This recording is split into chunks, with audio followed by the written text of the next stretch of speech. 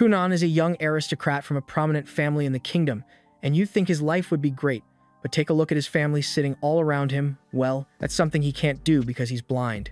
He possesses something known as the hero's scar, so ever since the day of his birth, he has been completely blind, and that has made him really depressed. His personal maid, Eiko, has to lead him everywhere he goes, but to give Kunan something to do, she encourages him to learn magic. After all, he does have a water magic crest, so it would be a waste if he didn't learn how to use it. He is introduced to his magic tutor, Jenny, and she says it's nice to finally see Kunan in the flesh. She introduces herself and they start their first magic lesson for the day, a basic water ball spell. After teaching Kunan the incantation, he gives it a try and is able to create a small water ball. Jenny is impressed with Kunan's performance and says she can see that he has a high aptitude, but Kunan can't see anything, so he asks her to tell him what just happened. Jenny explains that he succeeded in creating a water ball around the size of an eyeball, but that was a really poor choice of words. She is worried that she might have offended him, but Kunan just came to the realization that magic can be eyeball-shaped, and if he learns enough of it, he might be able to make new eyes for himself. With newfound hope that he may one day gain his vision, Kunan becomes intrigued about the world around him and starts trying to learn as much as he can. Kunan's ancestor, the hero of this nation, Histor, defeated the demon lord, but he lost an arm and a leg in the battle. And since then, every so often, his descendants would be born with something missing, whether it be an arm, a leg, or eyesight. Which is crazy because imagine getting hurt so bad that your descendants end up suffering your injuries with you. Kunan may have lost the genetic lottery, but he's not going to let that hold him back any longer. He swears he's going to find a way to make new eyes for himself with magic, but practicing magic is actually really hard. He runs out of stamina after casting a few basic spells, and if he wants to create new eyes for himself, he can't stay like this, so he needs to find a way to strengthen his body. Normally, running would be a good way to raise stamina, but Kunan isn't exactly equipped for that, so Eiko suggests he could do some sword training instead, and she even has the perfect instructor in mind. Kunan spends the next few hours training with Master Oro to raise his stamina, and after that, Jenny arrives to continue her magic lessons with him. She can see that Kunan has been working hard with a sword, so she asks him if he wants to take a break since he would probably be tired from all the training, but he tells her he wants to keep going. In that case, Jenny suggests they should start by reviewing the water spell she taught him last time, but while she was expecting Kunan's progress to be the same as last time, to her surprise, he immediately creates 7 flawless water balls all at once, and she knows she did not teach him that. Meanwhile, over in the royal palace, Princess Marika has just been informed that a carriage has been prepared for her to go visit Kunan, but she doesn't really want to go. Kunan and Marika were betrothed to each other since he was born with the hero's scar, so it's an important political marriage, but she doesn't think Kunan likes her at all. She visits him every now and then so they can get to know each other, but he always acts so gloomy around her, and no matter how hard she tries to cheer him up, he would always say nothing matters because he's blind and can't do anything by himself. Even so, Marika's maid tells her she still has to go see him, so she eventually agrees and heads over to Kunan's home. However, this time, when she meets him, he seems much happier than he was the last time she saw him. She asks him if something happened to him recently, so Kunan explains that he recently fell in love with magic and it has given him hope again. He apologizes for always being so gloomy around Marika, and he asks her if she'd like to listen to some of his stories since he has been learning a lot of fun things recently. By the end of the day, Marika leaves Kunan's house, and this time, she actually had a lot of fun playing with him, so she can't wait for her next visit. Later that night, back at Jenny's apartment, she's freaking out because she doesn't know what to teach Kunan for his next lesson. She took this job because she thought it would be easy money teaching a 7-year-old elementary magic for a few years, but after a few lessons, Kunan already mastered it. She wonders if she should start teaching him intermediate magic, but she can't risk doing that because while magic is convenient, it's not necessarily safe, so she might get in trouble for teaching him dangerous spells so soon. However, she's not going to give up yet because she's got bills to pay, and she's going to come up with a perfectly safe lesson for Kunan so she can keep collecting her paycheck. The next day, when Kunan and Jenny meet, she tells him that today's lesson is going to be a little different. He has already mastered the water ball, but that is a compound spell, so she wants him to try learning to adjust the various aspects of it. Kunan assumes she's talking about how he creates water, makes it float in the air, and maintains its ball shape mid-air, and she tells him he's right, but there's a lot more to it. Things like temperature, flavor, and color can also be adjusted, and to demonstrate, she creates 2 water balls in front of him. When he touches them, he notices that one is cold while the other is warm, and he seems to understand the concept that Jenny is trying to explain, so he decides to give it a try. Jenny is shocked to hear him say that, because she came up with this lesson intending to have him spend the next few weeks learning it, but just from her explanation, he already understands the basics of the technique and was even able to create juice-flavored water. Granted, it's still really hard for him to do, so he's going to need to practice a lot. The next day, Iko is getting ready to prepare a drink for him, so she asks Kunan to make some hot water for her. And he does so, but as he is sending the water over, Kunan sees the bowl of apples underneath it, and then wait a minute, Kunan just saw those apples. He panics and drops the water because this is the first time he has ever seen something. But when Iko asks him if that means his eyes are working, he explains that that isn't the case. It's more like he was able to use his magic to identify the object, which is an astounding development because it brings him one step closer to his goal of creating eyes with magic. Right now, all he can do is differentiate the red apples from the green ones, but he still has no idea what most colors actually look like, so he's going to have to do a lot of practice to get used to this. A little while later, Iko goes to report the good news to Kunan's father, and he is shocked to learn that Kunan can actually see now. Iko explains that he can only see within a small range near his body with his magic, but he can identify colors easily, so it's as good as regular vision. He is also able to read books now by tracing the colors of the pictures. He still can't understand words yet since he never learned how to read as a kid, but it's only a matter of time before he gets the hang of it, and Kunan's father is glad to hear it. Later that day, Kunan is getting ready for his usual magic lesson with Jenny, but while he's waiting for her to arrive, he gets an idea and decides to surprise Jenny by showing off how much his magic has improved. To do this, he creates a massive ball of red water in the air, and Iko thinks it looks beautiful, but a moment later, his family comes to check on him. And Kunan is so excited to see them that he loses control of the water ball and splashes it all over himself and Iko. Kunan's mother is horrified by the sight of him in this state, but he doesn't understand what the big deal is since he is just covered in a bunch of red water. Iko explains to him that the color red can be a bit unsettling to most people because it's the same color as human blood, but Kunan had no idea that blood was red to begin with. Kunan spends most of his free time reading and his father has taken notice, so he calls Kunan's brother, Ixio, into his office to tell him about his plans. He tells Ixio that he's thinking of sending Kunan to school now that he can take care of himself, but he is going to need Ixio to look after him as much as possible as his older brother. Sometime later, Kunan is summoned to the main branch to meet his father, but he's not sure what this is about since he hasn't done anything bad recently. When he finally meets his father, he says he has a very important announcement to make. According to Kunan's tutor, he has already finished most of the subject material taught at the school for noble children, even though he has never actually been to school. He was wondering if Kunan is curious about what going to school in person feels like, but Kunan says he's not particularly interested in attending school. After all, he wouldn't want to be a burden on his classmates, and he has his own goals he wants to achieve. He asks his dad if it's a problem that he doesn't wish to attend school, and it kind of is because school is mandatory for all noble children, and technically, Kunan is already enrolled, at least on paper. But due to his unique circumstances, his father got the king to make a special exception for him.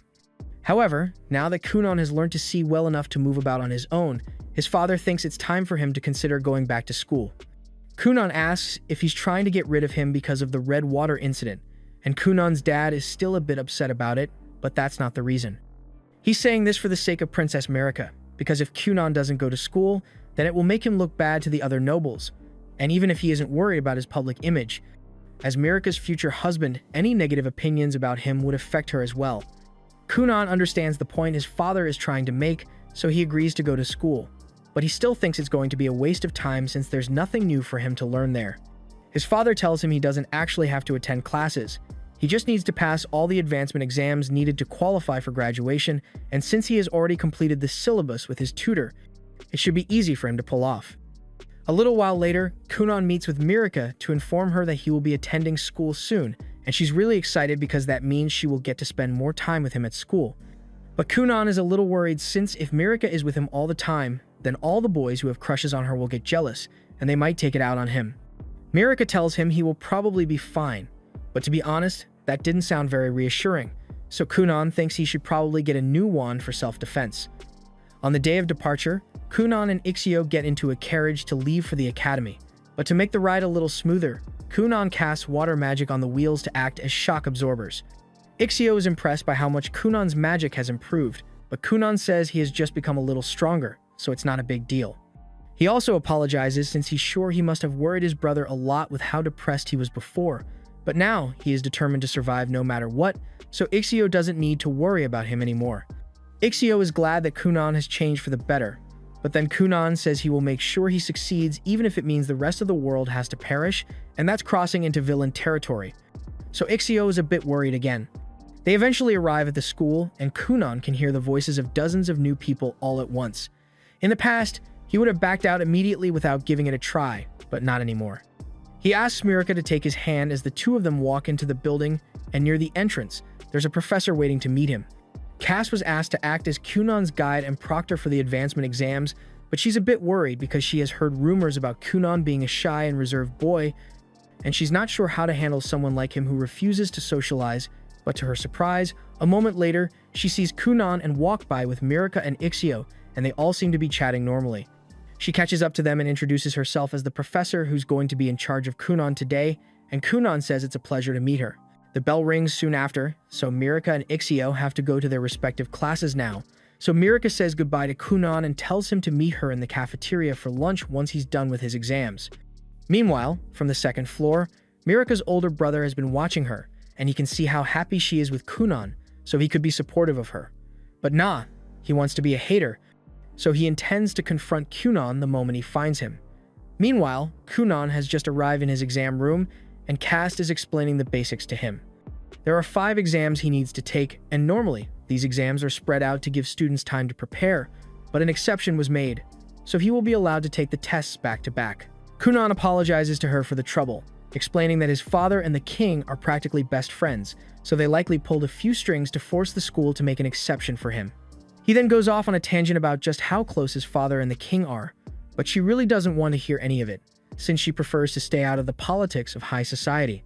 After the tests are complete, Cast heads to the faculty room to grade them, and she thought she was going to have to fudge Kunan's scores a little to make sure he passes since the king is backing him, but he actually aced every single test on his own, and for someone who has skipped school up till now, that doesn't make any sense.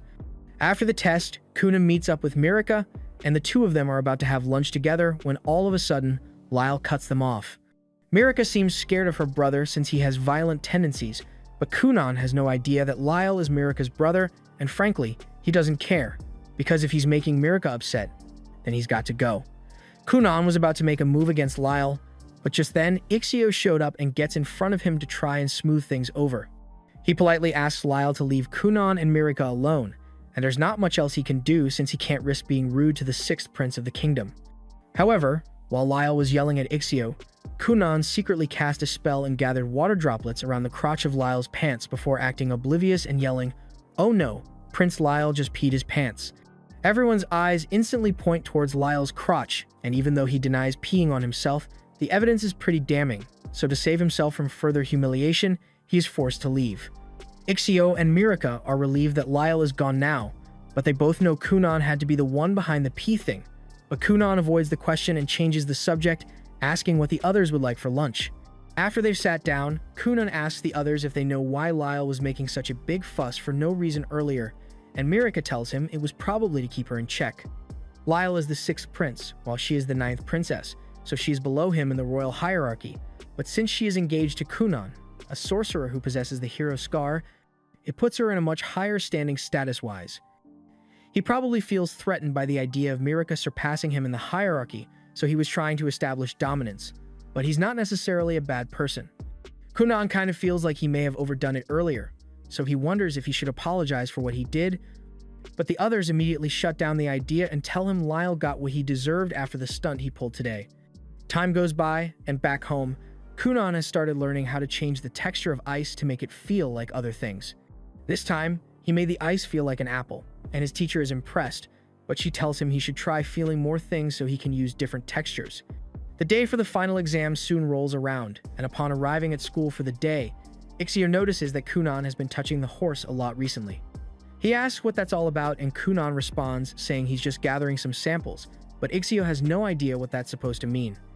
A little while later, Mirika shows up to greet Kunan, and he tells her he's going to miss being able to talk to her at school all the time since this will be his last day here. But Mirika reminds him that they've still got the whole day ahead of them, so there's no need to say goodbye yet.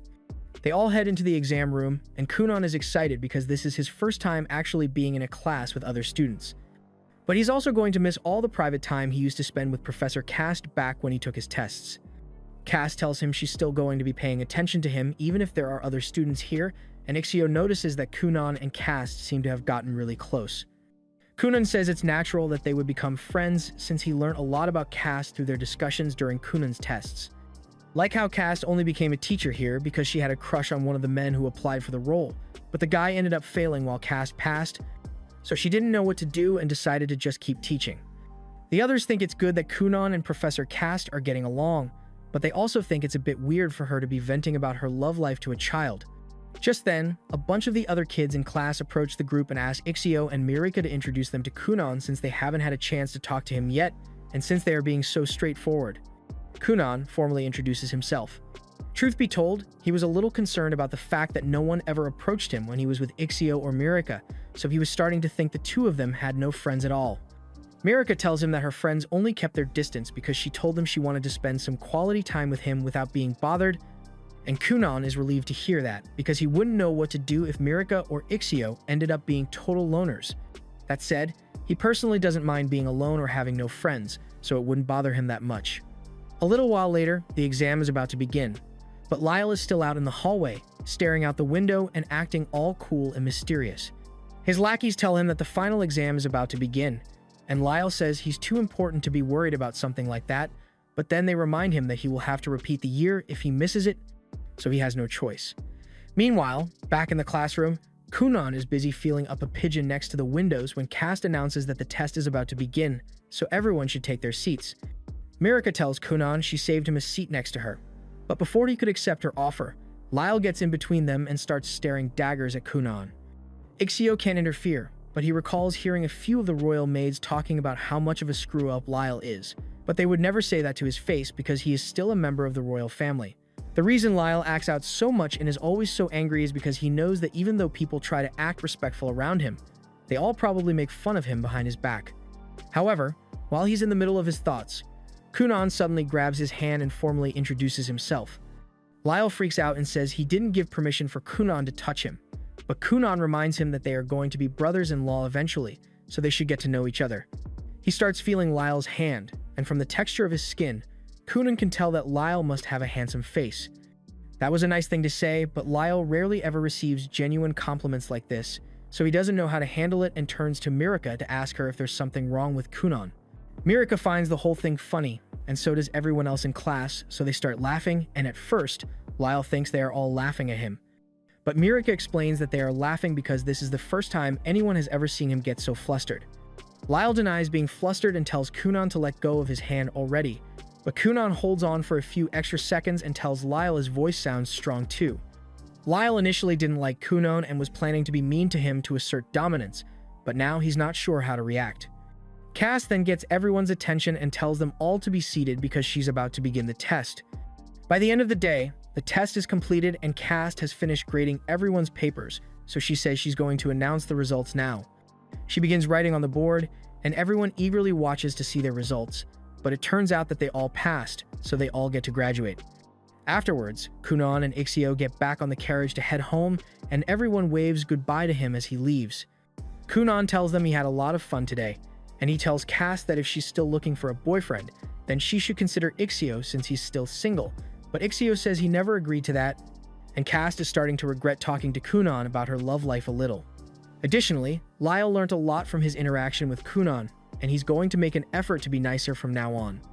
A few days later, now that Kunan has graduated, he is focusing on learning some new spells, and Jenny is currently testing him on everything he has learnt.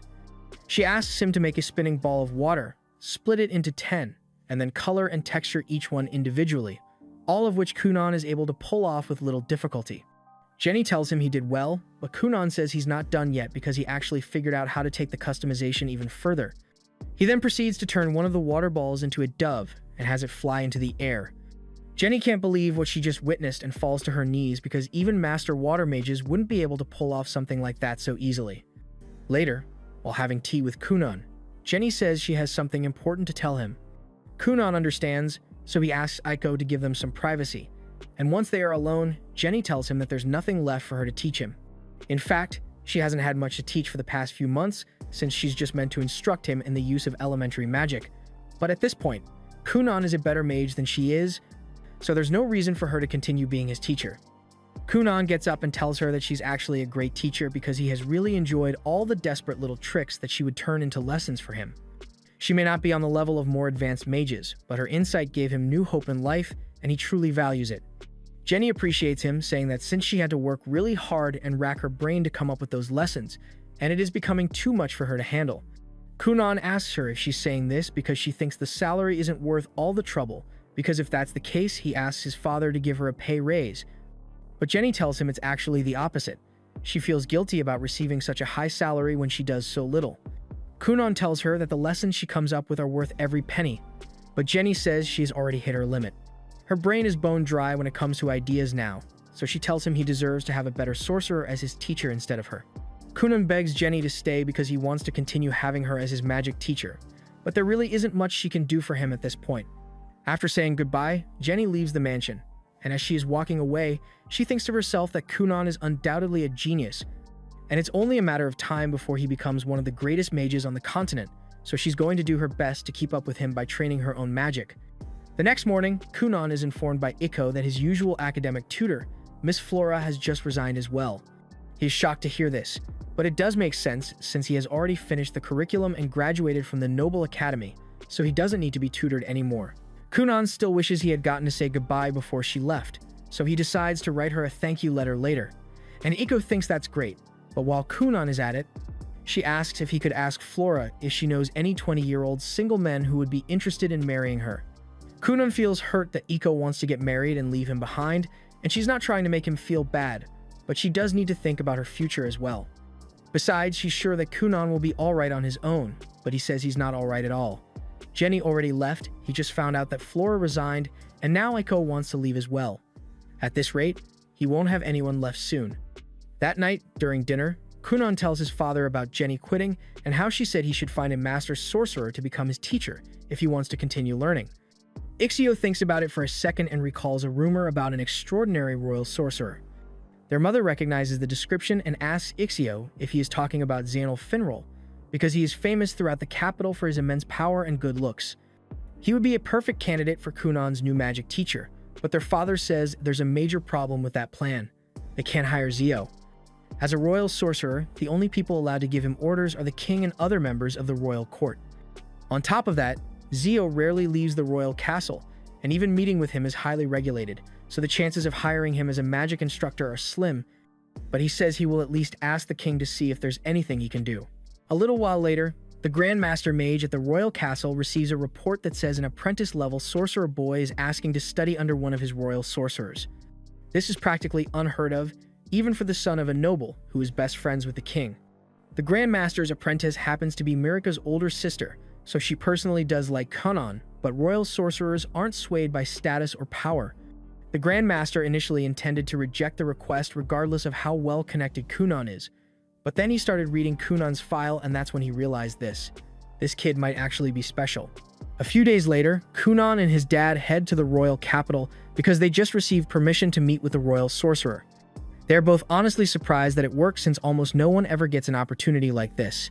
And if things go well with the meeting, then Kunan might be able to get him as a tutor after all. Kunan thanks his father for pulling the strings to make this happen, but his dad tells him there was no nepotism involved. The royal sorcerers simply took an interest in Kunan after reading his file, although he has no idea why. To pass the time, Kunan decides to make a cat out of water, and it looks like his spell control has gone up by a lot since it looks and feels exactly like a real cat, although he still hasn't figured out how to make it move naturally or make sounds, but his dad absolutely loves it. Upon arriving at the castle, the two of them are met by Lady Raisha, so Kunan gives his usual greeting, but then he is informed that Raisha is actually the second princess, making her Mirika's older sister, so Kunan says he's happy to finally meet his future sister-in-law.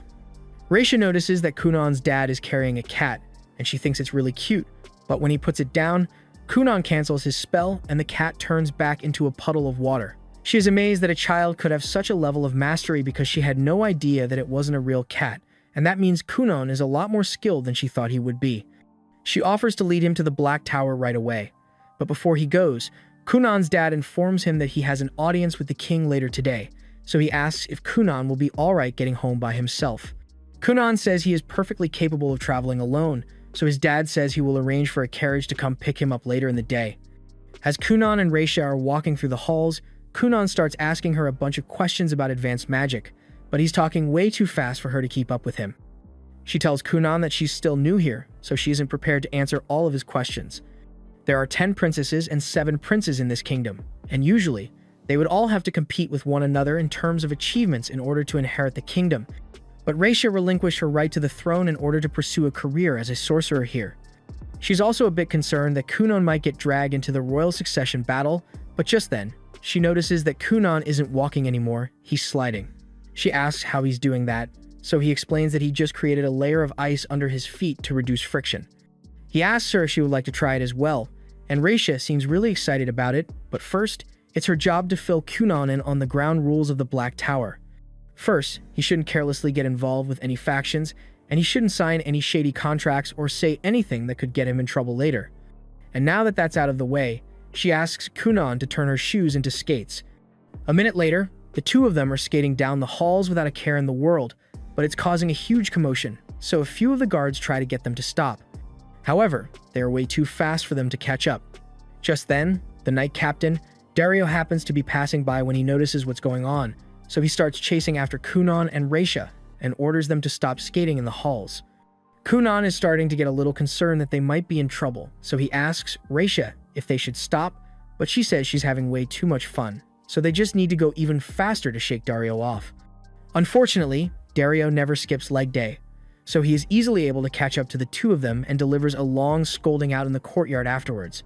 After that, Kunan is finally taken to meet Akthard, the Grand Mage, and as soon as Kunan meets him, he can tell that Akthard is the real deal.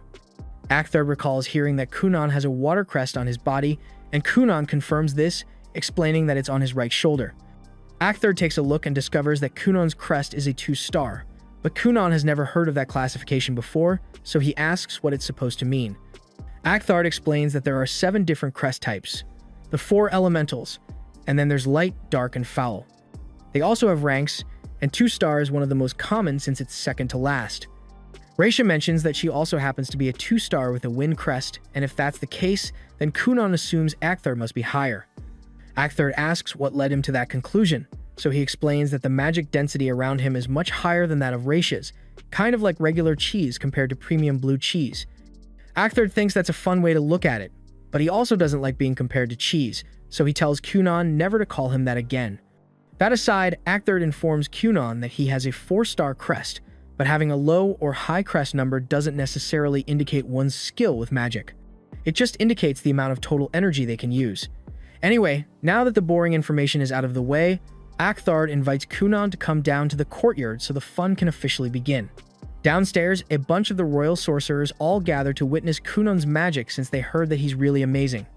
Akthard says he wants Kunan to take a little test, and Kunan is all for it since if he passes, then he might be allowed to have a royal sorcerer as his tutor. Akthard calls over one of the sorcerers, Victo, and asks him to start the test, and he proceeds to cast a few dozen water balls around himself. Akthard then informs Kunan that he needs to overcome Victo's spell with his own magic, and Kunan is at a loss for words because this is the first time he has ever had to do something like this. He remembers Jenny explaining that the water ball spell allows you to create water, or alternatively control water that already exists, but he never even considered the idea of taking control of water created by another mage. He decides to give it his best shot and effectively begins wrestling with Victo for control of the water, but it's a lot harder than he anticipated. By the time the test is over, Kunan had only managed to claim 2 of the water balls, and at first, he is disappointed in himself because he thinks he did poorly, but on the contrary, he is informed that he did really well. In truth, Victo wasn't expecting him to be able to take any of his balls, let alone 2, so he has exceeded all their expectations. Although Akthard would still like to see more of Kunan's magic, so he asks him if he would be willing to do a few more tests. A few minutes later, Kunan creates a massive water balloon in the middle of the grass, and Akthard is having the time of his life bouncing up and down on it, and Kunan is wondering if it's really alright for the Grand Master to be messing around like this on the clock. Akthard asks Kunan how he managed to create this thing, so he explains that it's just an ordinary water ball that he tweaked to give it extremely elastic properties. In fact, He could probably make it strong enough to bounce Akthard all the way up to the second floor of the castle, but Akthard tells him he has had enough bouncing for today. A moment later, Raisha goes up to Kunan and asks him if he can make other things out of water, like humans for instance. Kunan says he can, and to demonstrate, he creates a doll of Eiko, but he still hasn't figured out how to make it move naturally. He has attempted to make it fly before, but it looked really creepy, so he doesn't do it often. Regardless, Raisha and the others ask him to do it anyway, so Kunan makes the Eiko doll fly through the air. But as it goes past one of the windows, a few castle maids mistake it for a ghost, so they all start freaking out, and the knights eventually get called, so they head down to the courtyard and start yelling at all the sorcerers for causing so much trouble. Everyone starts trying to pin the blame on Victo for some reason, and Kunan is feeling down because he didn't think he would get scolded twice on his first day here. Akthar tells him there's no use sulking over what has already happened, but just to be safe, he suggests that the next time they meet, they should discuss magic over lunch instead. Kunan asks if this means he passed Akthar's test, but considering how much fun he was having earlier, he thought the answer would be obvious. He says he will personally take care of assigning a royal sorcerer to be his teacher, and Kunan is overjoyed to hear that. However, he does still want to clarify a few things because he wouldn't want this to be seen as him supporting a particular royal faction. But Raisha tells him he doesn't need to worry about that since royal sorcerers aren't involved in politics at all. Kunan is happy to hear that, but before he leaves, there's one more question Akthar would like to ask him. He wants to know what Kunan's goal with magic is, so he explains that he is studying so that he can one day create new eyeballs for himself with his magic. Everyone thinks that's a noble thing to aspire towards, and Kunan is happy that they all support his dream, but as he is preparing to leave for the day, he discovers his father waiting for him, and he does not look happy. He apparently heard about how Kunan got scolded for causing trouble here 2 times today alone, and he wants an explanation, as soon as possible. Raisha tries to explain that it isn't his fault, because she was the one who asked him to do the things he got in trouble for, but his father says that doesn't matter because a sorcerer is always responsible for the consequences of their magic. After all, one who possesses the power to potentially kill thousands shouldn't be able to use the excuse of "I was just following orders," so if listening to orders will result in others getting hurt, then you should always refuse to do it no matter what. Kunan realizes his dad is right, so he apologizes and promises not to make the same mistake again. His father then starts heading home, but Kunan was planning to have dinner with Mirika tonight, so he's going to hang back a little longer. But speaking of his dinner, Raisha reminds him that he should probably start heading to the other wing of the castle because he's supposed to be meeting Mirika in a few minutes. Kunan had no idea that it was already so late, but he doesn't want to run all the way there because he would end up being all sweaty. In that case, Raisha suggests they could use some magic to fix the problem, but Kunan isn't sure what she means. She reminds him that she is a wind mage, so she can use her magic to fly them over there. All she needs is a platform for them to ride on. Kunan creates another water balloon, and after the 2 of them get on it, Kunan makes it float into the air, and once they are high enough, Raisha uses her wind magic to propel them forward. It's both a terrifying and exhilarating experience, but unfortunately, Raisha hadn't put much thought into how the 2 of them were going to land, so they end up crashing to the ground. Luckily, the water ball breaks their fall, but they happen to land right in front of Dario, and he does not look happy because this is the 3rd time he has caught them causing trouble. So while Mirika is still getting ready, Kunan and Raisha are getting scolded again. Mirika is eventually informed that Kunan has arrived, so she immediately runs to the front door to meet him so they can get their date started. A little while later, they arrive at the restaurant as planned, and once they are seated, Mirika asks Kunan to tell her about his day at the Black Tower. Kunan informs her that he had a wonderful time there. He got to meet Mirika's sister and a bunch of the other mages there. He also apparently passed the test, so he's going to get an instructor after all, but he's not sure who it's going to be yet. The maid in charge of them notices that Kunan seems to be talking an awful lot while Mirika just listens, but she seems to be happy, so it's not a problem. The reason he's talking so much is because he doesn't get to see Mirika often now that they've graduated, so he wants to say everything all at once while he has the chance. And he promises her that once they get married, he's going to make sure they get to spend as much time together as she wants. That line made Mirika's heart flutter so much that even after the date was over, she spent the next few hours kicking her feet in bed because she was so happy. Later on, we see Kunan back at home, and he's busy writing a report in his room, but just then, Eiko calls out to him and asks for a little help with his magic. Kunan heads outside to see what she wants, so she asks him to create some soap bubbles so she can wash the clothes better. Kunan agrees to help, but he's a little annoyed since he needs to go back to writing his report after this. However, Eiko tells him that it's not good for him to stay cooped up in his room all day, because if he doesn't get enough sunlight, then he will never grow taller. Kunan asks if girls really prefer taller guys, and she says most do, but she will always like him whether he's tall or remains a little munchkin. After Eiko is done with the laundry, she and Kunan lie on the grass for a while, and he asks her if any letters arrived for him today, but as far as she knows, there haven't been any letters addressed to him recently. She asks if he's expecting something specific, so he tells her he was just waiting for the confirmation from the tower about who his instructor is going to be, but it seems they haven't decided yet. Well, technically, they have already decided, but most of the other mages are just too scared to go call the guy down. One of the mages eventually heads to Zeon's room to tell him that the Grand Mage has a task for him, but he is met by a mountain of messy papers, and when Zeon finally gets up, he threatens the guy for messing with his valuable sleep time. Zeon asks what he's doing here, so the guy informs him that the Grand Master wishes to speak to him, and that gets his attention. A few days later, Kunan receives a letter informing him that a teacher has finally been assigned to him, and Eiko is really happy for him. But when she hears that Kunan's teacher is going to be Zan, the legendary mage known all throughout the kingdom, she can hardly believe it. All the women in the kingdom would practically sell their souls to get a chance to meet him, and since he's going to be Kunan's teacher, that means she will have a ton of opportunities to talk to him. Later on, we see Raisha and Mirika together in the royal castle, and they are on their way to meet Zeon because according to the rules, a royal sorcerer still needs to receive a direct order from a member of the royal family in order to go outside, so they plan to order Zeon to guard Mirika.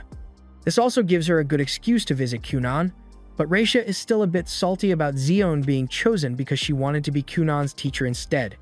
Along the way, Mirika runs into two more of her older sisters, Everil and Lydalia. And while Mirika may have a good relationship with Raisha, the same can't be said for these two. They begin talking about how talented and amazing Kunan is, and that, in comparison, Mirika is a plain loser who's just mooching off his glory. But Raisha cuts them off and tells them to get out of the way if they don't have anything important to say. The two are pissed, but they know they can't stand up to Raisha, so they run off. Later that day, Kunan is in his garden, awaiting Zeon and Mirika's arrival with Eiko, and once the carriage pulls up, he gets up to greet Zeon. However, to his surprise, Mirika is the first to step out of the carriage. He wasn't expecting her to come today, but he is happy all the same because it's always a pleasure to see her. However, as he is chatting with Mirika, Zeon steps down from the carriage and Kunan falls silent the second he steps into detection range. As for Eiko, she is geeking out internally at the sight of Zeon, but she doesn't want to make a fool of herself, so she is doing her best to keep a straight face on. The magical energy Kunan is feeling from Zeon is incredibly dense, and he can immediately tell that Zeon is far better than any of the other royal sorcerers he met the other day.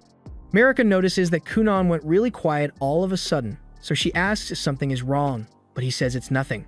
He introduces himself to Zeon, but Zeon makes it clear that he doesn't actually want to be here. The only reason he agreed to come was because the Grand Master told him there was an interesting young mage here, but he doubts Kunan is going to be able to live up to his expectations.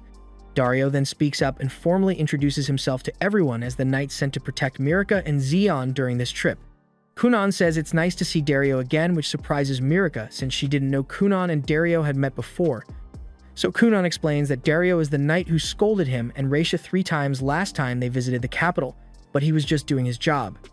Anyway, a few minutes later, Kunan, Zeon, and Mirika all sit together at a table in the garden, and at first, Kunan was completely ignoring Zeon because he was preoccupied talking to Mirika, but Zeon quickly gets tired of watching the two of them flirt, so he slams his fist on the table and tells Kunan he wants to talk about magic now. He is trying to make Kunan understand how insignificant his knowledge of magic is by asking him questions far outside his depth, but Kunan seems like he's ready for anything. Zeon asks Kunan if he knows about compound spells, so Kunan states that they are basically spells made by splitting and rearranging the magic circle of an original spell to get new effects. Zeon asks Kunan how many sections he can split a spell into at the moment, and he was expecting Kunan to say something like 5 or 10, but to his surprise, Kunan reveals that he can actually handle 31 different sections at once. He can sometimes go up to 32, but his success rate at that level is inconsistent right now. Zeon is genuinely surprised to hear that Kunan is capable of such complex magic, and he is starting to understand why the Grand Master was so interested in this boy, but he's still better. He proudly announces that he can go all the way up to 50 sections, and Kunan is astounded because he has no idea how Zeon pulled it off. But before they go any further, Zeon asks Kunan how he managed to get past the 20-section hurdle, since most mages get stuck there. Kunan explains that it was easy to overcome the bottleneck once he started layering the spells. Zeon is impressed that Kunan was able to figure out such an advanced concept all on his own, and it makes sense that the other royal sorcerers were fighting to become Kunan's teachers because a boy with this kind of talent is extremely rare, but he still plans to test Kunan to see how far he can go. Kunan begs Zeon to show him what a 50-layered spell looks like, but Zeon sees no point in doing that since he won't be able to replicate it by seeing it only once. And besides, he hasn't officially accepted Kunan as his student yet, so he's still got to prove himself as worthy. Zeon creates an earth wall using magic and tells Kunan that he is going to need to destroy it using magic if he wants to become his student. He also mentions that he heard about Kunan's waterbed spell from Raisha, so he asks Kunan to make one for him so he can rest while he does his test. At first, Zeon thought it would just be a comfortable seat to observe Kunan's progress from, but the second he touches the waterbed, he passes out because of how comfortable it is, and Iko doesn't blame him because the same thing happened to her when she tried it. On Kunan's end, he inspects the rock wall to see if there are any structural issues he can exploit, but the thing is rock solid and completely smooth across the board. It also has Zeon's dense magic power residing within it to maintain its hardness over time. He can tell that the spell used to create the wall has over 40 sections in it, and he still has no idea how Zeon manages to use so many sections at once, but doesn't make a difference in this case because he already knows the perfect way to destroy the wall. That said, he would rather do it with Zeon watching, and so he sits back down to continue talking to Mirika until Zeon wakes up. 2 hours later, Zeon finally gets up from his nap, and seeing the wall still in one piece, he asks Kunan if he gave up on trying to destroy it. However, Kunan tells him that's not the case, he just hasn't started yet. He asks if Zeon is ready for him to begin destroying the wall, and Zeon tells him to go ahead, so Kunan casts the bubble spell he used recently. Zeon is impressed because he can tell what Kunan is trying to do, so he asks Kunan how he managed to come up with this solution. He explains that while it is certainly a very sturdy earth wall, at the end of the day, it is still made of dirt, so he figured that if he covered it with enough water, then it would eventually become saturated and wash away on its own. Zeon tells Kunan that he did really well, because most people, when faced with a test like this, would immediately opt for brute force, but Kunan chose to use finesse instead, and that is a valuable skill for a mage. He tells Kunan that from now on, he is officially his student, and Kunan is extremely happy because not only does he have a wonderful master, but he also has Mirika by his side. However, Zeon cuts Kunan's flirting short and tells him he won't have much time for that anymore because he has thousands of things to learn and tons of research to do. And on that note, he asks Mirika what she plans to do. He tells her that Kunan already has exceptional talent, and it's only a matter of time before he becomes one of the most influential people in the kingdom, and when that happens, there will be no shortage of women asking for his hand in marriage, so how will Mirika stand out then? Mirika understands what he's trying to say, but Kunan tells Zeon to stop being so mean to her. Zeon says he didn't mean anything bad by it since he's actually rooting for her, but Kunan tells him there are still some things you shouldn't say like that. And with how he acts, Kunan wouldn't be surprised if Zeon was unintentionally mean to the girl he loved at one point, and someone else was able to steal her away from him because of it. Those words hit really close to home for Zeon just now, but he won't admit it, so he just yells at Kunan to shut his mouth. Later that night, Mirika returns home and gives some serious thought to what Zeon said earlier today. She knows that Kunan is going to become an amazing person in the future, and if she wants to remain worthy of his partner, then she is going to have to improve herself somehow. A few days later, Zeon and Mirika return to Kunan's home for his next lesson, and Kunan is so excited that he can barely contain himself. However, instead of training, Zeon apparently had something else in mind for Kunan's lesson today, so he takes him to an empty office and dumps a pile of documents on the table for him to sort through. This was technically supposed to be Zeon's job, but he's too lazy to do it, so he tells Kunan that he needs to get through all of these by the end of the day, and asks him to make another water bed so he can take a nap in the meantime.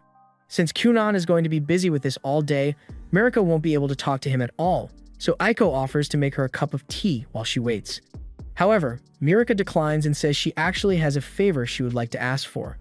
Mirika tells Iko that she would like to practice her swordsmanship in her free time while she's here, but she asks her to keep this a secret from Kunan since she doesn't want him finding out until she has gotten good enough to be worthy of him.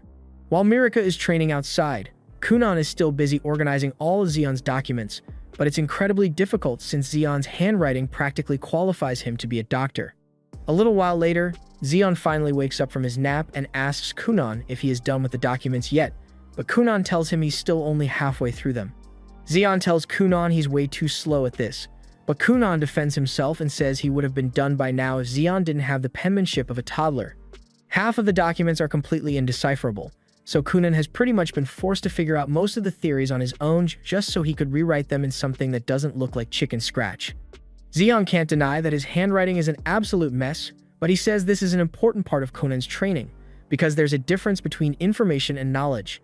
If Kunan had simply been reading the documents, then all he would be getting is information. But since the handwriting is so bad, he is practically forced to decipher all the theories on his own instead of just reading them, and that makes it much more likely that he will actually remember the concept later on. That makes a lot of sense. So Kunan thanks Zeon for being such a good teacher, but this is still just a way for Zeon to pawn off his work on Kunan. By the end of the day, it's time for Zeon and Marika to leave, but Kunan still has a few questions to ask because he remembers seeing a diagram of a spell in one of the documents, and he was wondering what it's about. Zeon knows what Kunan is talking about, but it would be easier to show him rather than explain it here. So he tells Kunan to come to the Black Tower when it's time for their next lesson. A few days later, Kunan arrives at the Black Tower, and all the royal sorcerers are glad to see him again. They are excited to see more of Kunan's magic, but Zeon cuts the fun short and tells everyone that Kunan is here to see him, so they need to back off. He then tells Kunan to follow him, but when Raisha and the others realize that Zeon is trying to get Kunan to come to his room, they all try to stop him because it's way too dangerous in there for a kid. However, Zeon already thought of the perfect counter to this situation, so he tells Kunan to create a few water beds, and the others immediately fall asleep on them because they can't resist. The two start heading towards Zeon's room, and along the way, Zeon starts talking to Kunan about magic tools. There are items made to operate using magic, like that lamp over there, and a lot of magic engineers dedicate themselves to creating magic tools to solve everyday problems. A little while later, Kunan and Zeon arrive at his office, and the place is full of so many research papers with magic theories Kunan has never even heard of before. Zeon tells him he is free to read as many of those as he wants, but the real reason he brought Kunan up here was to show him this. This is a magic tool that Zeon has been working on recently, and it is meant to allow him to have hot meals in his room without having to go to the cafeteria. So far, he hasn't had any trouble making the solid parts of the device, but the soft sections have been quite difficult to perfect, which is where Kunan comes in. Zeon tells Kunan he's going to be helping with the development of this magic tool as part of his training, and Kunan seems happy to help. But just then, the Grand Master comes in, and he really wants to talk to Kunan, so he asks him to join him in the cafeteria for lunch today. Zeon and Kunan don't really have time to waste chatting over lunch, so Zeon tells Kunan to make another water bed, and just like the others, the Grand Mage falls asleep in seconds. Now that he has been taken care of, Kunan and Zeon get back to talking about the magic device, and Zeon says he will handle the outer frame of the device with earth magic, but the small internal mechanisms are going to be up to Kunan. A little while later, after everyone has woken up from their naps, they all head down to the cafeteria to have lunch, and they are all still really excited to talk to Kunan.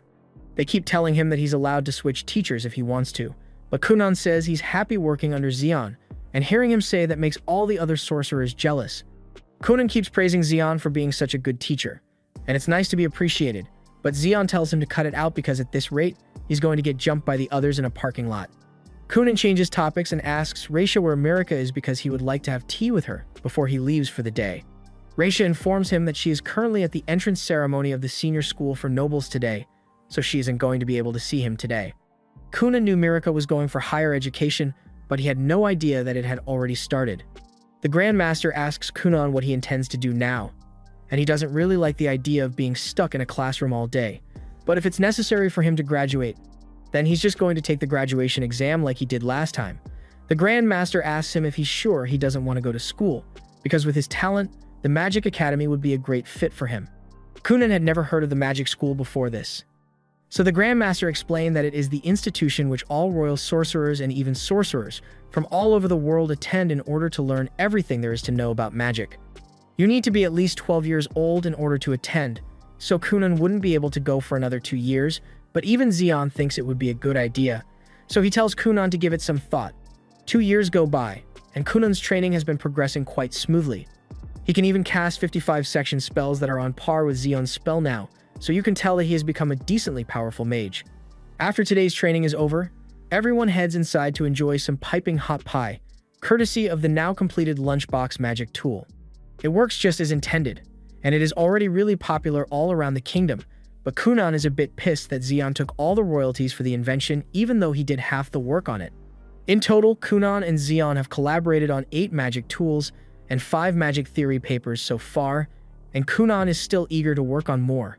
But all of a sudden, Xian says he will handle the rest of the work on his own. Kunan reminds him that they still have to work on that insect-trapping magic device because it's not done yet, but Xian once again tells him that he can handle it on his own, and Kunan is starting to get the feeling that Xian is trying to get rid of him. Xian reminds Kunan that his birthday is coming up soon, and that means he's going to turn 12, which means he can officially join the magic school, so he should be focusing on that instead.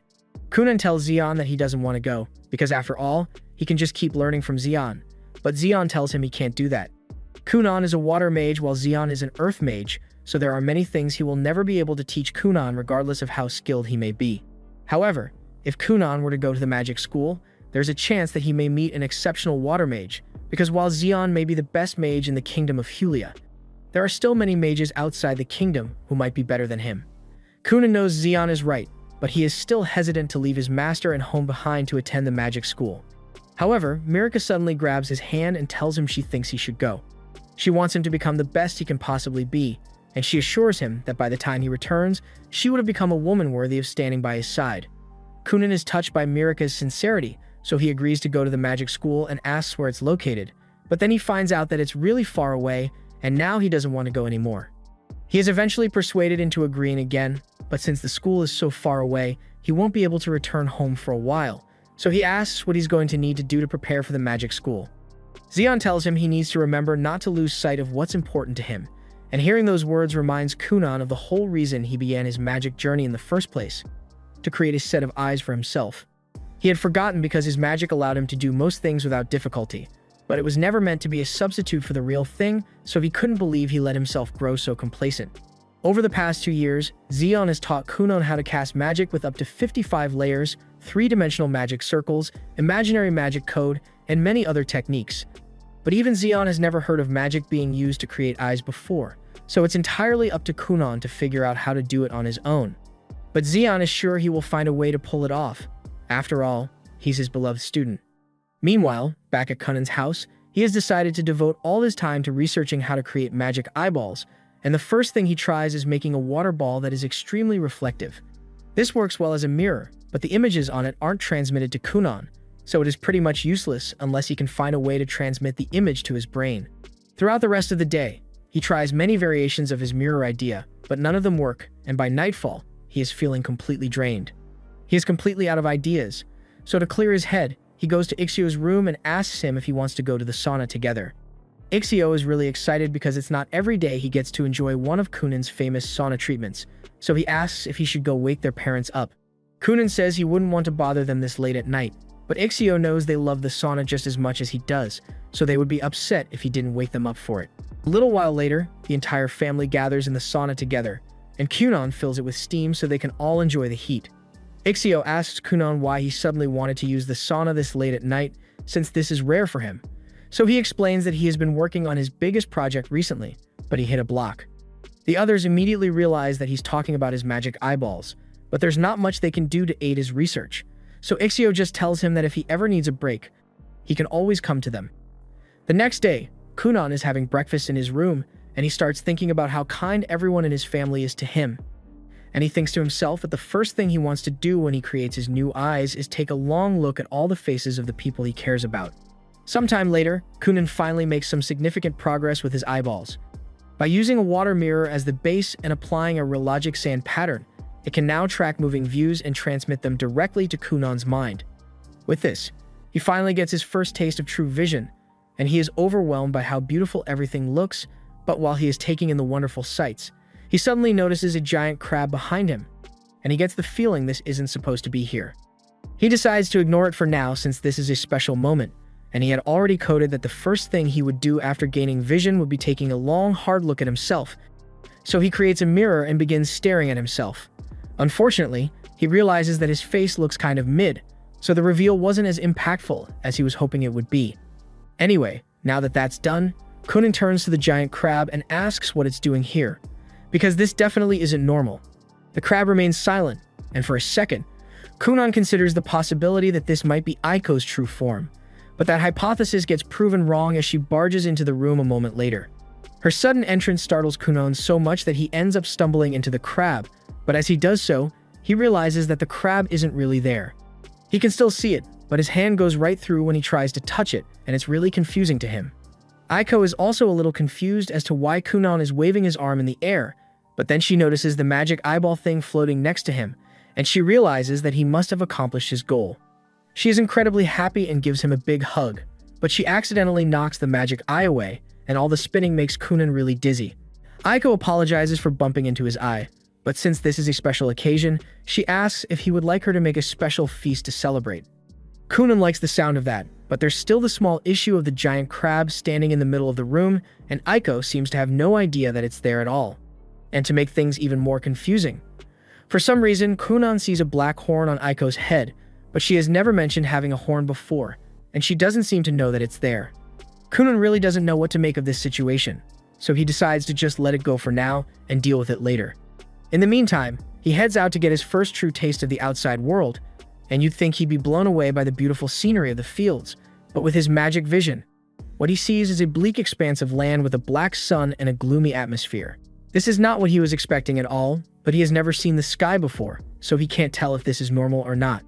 Aiko soon joins him outside since they are about to head to the main building to inform the others of his sight, but Kunan is still rather concerned because the crab is following him now, and Aiko still can't see it. When they eventually arrive at the main house, Ixio and Kunan's mother are overjoyed by the news that he can now see, and Kunan is happy to see them as well, but for some reason, Ixio has wings, and his mother has heterochromia. They both look really cool to Kunan, but just like with Aiko's horn, he is the only one who can see it, and he still doesn't know why. A few moments later, Kunan's father comes running up the stairs because he was just informed of Kunan's sight, and Kunan was expecting him to have an invisible feature similar to what the others have, but to his surprise, his father looks like a walking calamity on par with Anti-Spiral. None of them seem to have any idea about their invisible features, so there would likely be no point talking to them about it, so Kunan decides to wait and ask Xion for advice when he gets the chance. News of Kunan's achievement soon reaches the royal castle. Xion is informed that he has been permitted to leave the castle to visit even though he's no longer Kunan's instructor since this is a special occasion. Later that day, the carriage from the castle arrives and Marika is the first to come out and greet Kunan. She tells him she's really happy he was able to achieve his dream and asks to see how the spell works. Kunan obliges and forms his magic eye, explaining that it reflects all images and transmits them directly to his brain, though his actual eyes still need to be open for him to see anything. On that note, Marika notices that Kunan's eyes have been closed this entire time, so she asks him to take a look at her, but Kunan is a little nervous because he doesn't know what Marika is going to look like. He slowly opens his eyes and looks in Marika's direction, and thankfully, she looks perfectly normal and as beautiful as Kunan had imagined, though she does have a feather sticking out of her head. But that's something Kunan can just ignore. Darius soon arrives as well to congratulate Kunan on his achievements, and in Kunan's eyes, he looks like he has some kind of legendary sword on his back. But that's nothing compared to what Kunan sees when Xion finally arrives, because he straight up looks like a being of pure light. He is having a hard time looking directly at Xion because he's too bright, and at first, Xion thinks Kunan is just messing around, but Kunan tells him he genuinely looks like a max brightness phone in the middle of the night. Kunan asks Xion to join him inside because he has something he wants to discuss in private, and Xion agrees, so he follows Kunan inside. While they do this, Marika heads out to the garden to continue her training with Dario as usual, and inside, Kunan informs Xion of everything that has happened since he gained his vision, including the giant crab that's following him everywhere he goes and the random features he keeps spotting on people. Xion finds the whole thing hilarious since he has never heard anything like it before, but Kunan doesn't think it's funny, because when he eventually marries Marika and moves into Villa with her, he doesn't want to have to deal with a giant crab watching everything he does.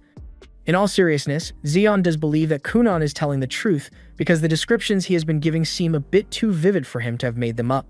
He also feels flattered by the fact that Kunan sees him as a being of light and takes pride in that even though he doesn't know what it means. There are two possibilities he can think of for Kunan's current situation at the moment, and one is that Kunan's magic eye might be allowing him to see the shape of people's souls, which is why he sees hidden features that no one else can. Kunan agrees that it's possible, But if that's the case, then it would mean his soul is a giant crab, and he doesn't want to accept that. Zeon also suggests that it could be hallucinations brought about by intense magic sickness, but Kunan has never heard of magic sickness before, so he doesn't know what it means. Zeon explains that in this world, there are various locations which are dense with magical energy, and he was once walking through such an area when he suddenly got hit with a sudden spell of dizziness. It felt as though he had downed 20 shots of vodka in one go, and he began to see dozens of immaterial creatures moving through the area with no physical form. That sounds really similar to what Kunan is experiencing, but there's no way to know for sure, since neither of them has much information on what this phenomenon is. Zeon tells him that they will be able to learn more about it as Kunan looks at more and more things, but until then, they have to keep working on theories to find a pattern. Kunan asks him if it's possible that he just messed up the magic eye when he was creating it, which is why he's seeing all this weird stuff, but Zeon tells him that's not possible, because anything that someone as brilliant as Kunan makes is bound to work. There are many creatures in nature that can't see color, some with dozens of eyes, and some with no eyes at all. There's no universally correct way to see, so it's perfectly fine for Kunan to have his own way of seeing the world. And besides, the things he's seeing might hold some significance that they haven't figured out yet. But in the meantime, he probably shouldn't tell anyone about the strange things he's seeing, since it would be a bad idea to draw attention to it before he has figured out how it works. Kunan agrees with Zeon, and he's glad he chose to ask him for advice before doing anything else. But looking directly at him still hurts his eyes, so it's hard to stay focused. Late into the evening, Mirika is done with her training, but Kunan is still talking with Zeon inside, and she can't leave without Zeon, so she has to wait out here with Iko. Since Kunan's birthday is coming up, Mirika asks Aiko if she has any idea what a good gift for him would be, but Aiko tells her that Kunan will be happy with anything Mirika gives him, so there's no need to overthink it. A few moments later, Kunan and Zeon finally come outside, but as soon as Zeon sees Mirika, he bursts out in laughter because he can't stop imagining how funny she must look to Kunan since he sees her with a feather sticking out of her head. Later on, Aiko is helping Kunan clean out his office, and she asks him where she should put this pile of books, but he says he has already finished reading all of those, so she can just take them back to the main building's library. The reason he's cleaning out the office is because today is his 12th birthday, and he has officially decided to attend magic school. That evening, Kunan's family throws a party for him, and they all give him the gifts they prepared for the occasion. They are happy for him, but they are also upset that he's going to be moving so far away. Kunan's mother is taking it pretty hard because she doesn't know how she will handle not having Kunan around anymore. But Kunan assures her that no matter how far Kunan goes, he will always love her. Later that night, Kunan and Mirika are out on the balcony together, and Mirika asks how Kunan's preparations for his departure have been going. He tells her he just packed a few of his most comfortable clothes and the bare necessities because he can buy everything else he will need once he arrives. Unfortunately, Mirika has to go to school on the day Kunan is meant to leave, so she won't be there to say goodbye to him before he leaves. But Kunan understands that she has things she needs to do, so it doesn't bother him. Mirika decides that this is a good time to give Kunan the present she picked out for him, so she hands him a box, and when he opens it, he finds a beautiful bracelet inside. Mirika tells him she got a matching set for both of them to wear, and if things ever get tough for him over at the magic school, she wants him to speak to the bracelet as he would to her. And she will do the same with her bracelet so they won't miss each other too much. Kunan says he will write letters to her as often as possible as well, to which Mirika says the same, and they both promise to wait for each other no matter how long it takes. On the day Kunan is set to leave, his family gathers to see him off, and they are all fighting back tears, expecting Kunan to be just as sad as they are. But Kunan already got over the grief of leaving his family behind, so he's not too upset anymore. After all, he will only be gone for 4 or 5 years, and he's excited to see what kind of sorcerers he will meet at the magic school. 5 days go by, and Kunan is still on his way to the magic school. Iko asks him how much longer it's going to take for them to get there, and Kunan tells her it's going to be a long while since the magic school is in a whole different kingdom, and they haven't even left the borders of Hulia yet. At this rate, it will take them about a month to arrive at the magic school, but on the bright side, they should be arriving at the mansion of Kunan's grandfather soon, so they can rest there for a bit. That said, Kunan is a bit apprehensive because Aiko has made it clear that she doesn't plan on remaining as Kunan's maid forever. She wants to get married and have a family of her own at some point, and if she plans to make that happen, then it's now or never.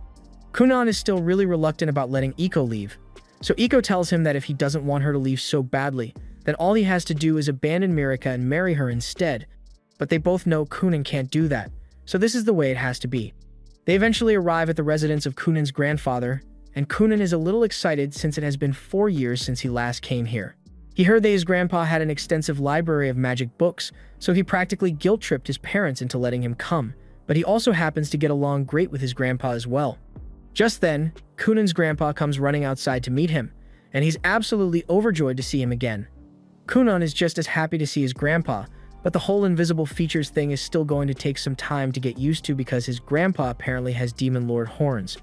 To commemorate Kunan's enrollment into magic school, Grandpa offers to buy him anything he wants, and when he says anything, he means that literally because the man is loaded.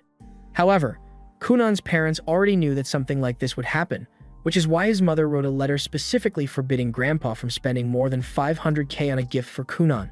For context, that's 2 to 3 months worth of salary for Aiko, and Grandpa is really disappointed to hear that because he was planning to buy a cruise liner for Kunan.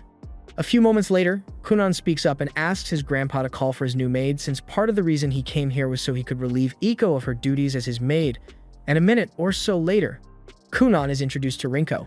Rinko is Iko's little sister, and she is pretty much exactly like Iko, but unlike Iko, she actually already has a fiancé, and Iko is a little salty about that. That said, they do get along really well. Rinko was initially a little worried when Iko recommended her to serve as the maid of the son of a marquis who possesses a hero's scar, but now that she has actually met Kunan, he seems like a really chill guy. Aiko informs Rinko that Kunan has a tendency to forget to eat when he gets really invested in his magic studies, so she's going to need to bring him sandwiches every so often to make sure he doesn't accidentally starve himself. She is sure that Rinko will get along just fine with Kunan, but after having spent so many years taking care of Kunan, Aiko would be lying if she said she wouldn't miss Kunan a lot. She warns Rinko that she had better not put any naughty ideas in Kunan's head, because she can't stand the thought of him turning into a playboy. Rinko wasn't exactly planning on turning Kunan into a pimp named Slickback, but she promises to be careful about the kind of things she exposes Kunan to. That said, there's not much she can do about women approaching him because Kunan is a kind, talented, and handsome young man, so the second he sets foot in the magic school, he's bound to be swarmed by all sorts of women, so there's a good chance he might end up becoming a womanizer on his own.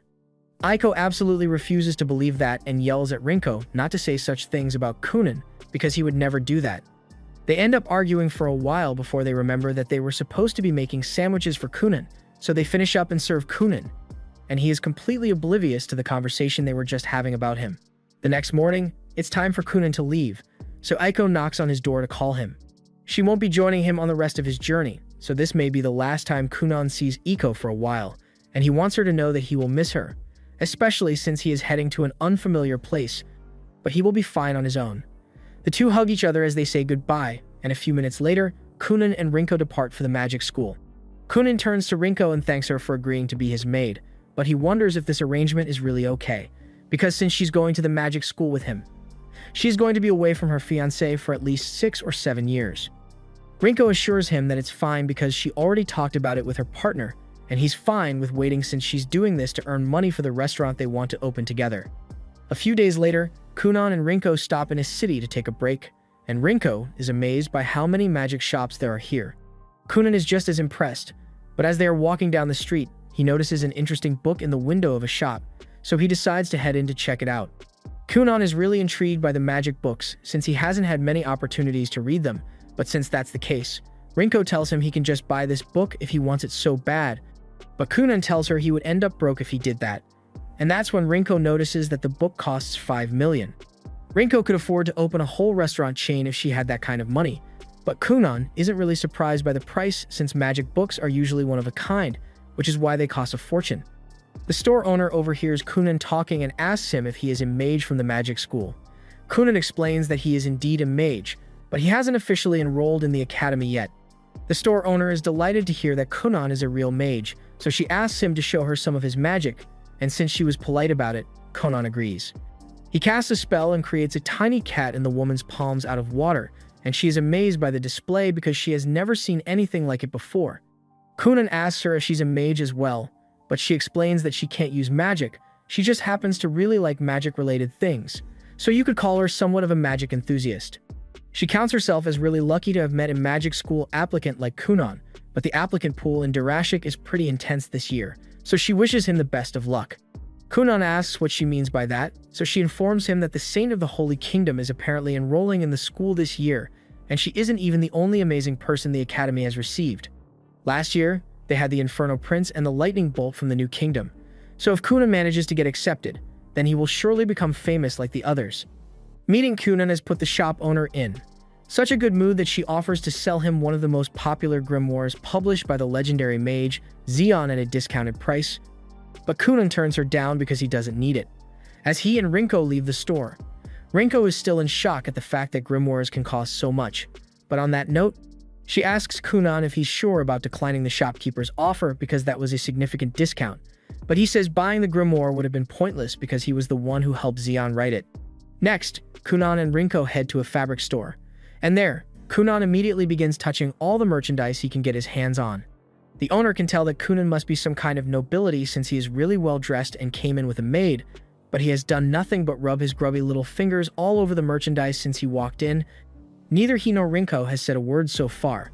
He yells at Kunan and tells him to stop touching all the materials, but Kunan says he just wanted to see how it felt. He asks the owner what kind of fur this is, and he is informed that it is dark fox fur, which is extremely rare and difficult to acquire, but since Kunan now knows what the fur feels like, he casually creates a dark fox, and the store owner is impressed because he didn't think that kind of thing was possible. Kunan apologizes for filling up the store owner's merchandise without asking for permission, but he just likes collecting as many texture samples as possible so he can make his creations as accurate as possible. The owner asks Kunan if he can really create anything as long as he knows what it feels like, and after Kunan confirms this, the man's intrusive thoughts win and he ends up asking if Kunan can reproduce the feeling of thick thighs. Rinko immediately yells at the man for daring to ask Kunan such a vulgar question, and the man realizes that it was inappropriate, but Kunan answers anyway and explains that he has tried it before with Iko, but he got yelled at for it, so he hasn't had much practice. After that, Rinko drags Kunan out of the store and tells him they should continue their journey to Durashik, leaving the man feeling sorry for what he said. A few moments later, the Saint and her friends happen to walk into the man's store, and they are surprised to see him holding a dark fox. Since from what they know, dark foxes hate being around humans, but the man informs them that this isn't a real fox, and upon closer inspection, the Saint realizes that this is a spell. She tries touching it, but she ends up destroying the spell and spilling the water all over the man's crotch. She apologizes for her mistake, but the Saint had never seen a spell like that before, so she and her entourage ask the shopkeeper to stand still while they examine the residual magic from the water they spilled on him.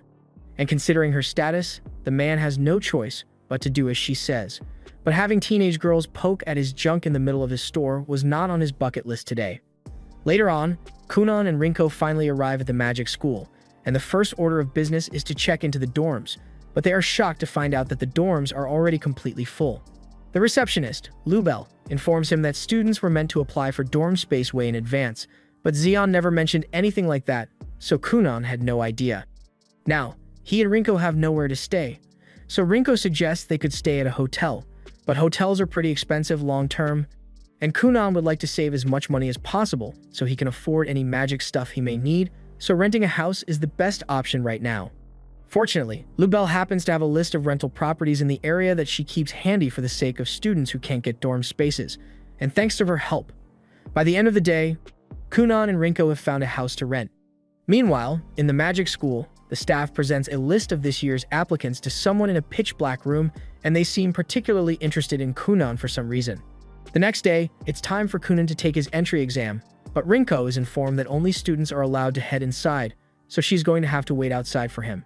Rinko tries to bribe Lubel with some money to get her to turn a blind eye, but that doesn't work, so she ends up having to wait while Kunan goes inside to take his test, and while he's waiting with the other applicants, they all seem really confused by the fact that he's wearing an eye mask. This was the end of episode 8. Subscribe to not miss the next part.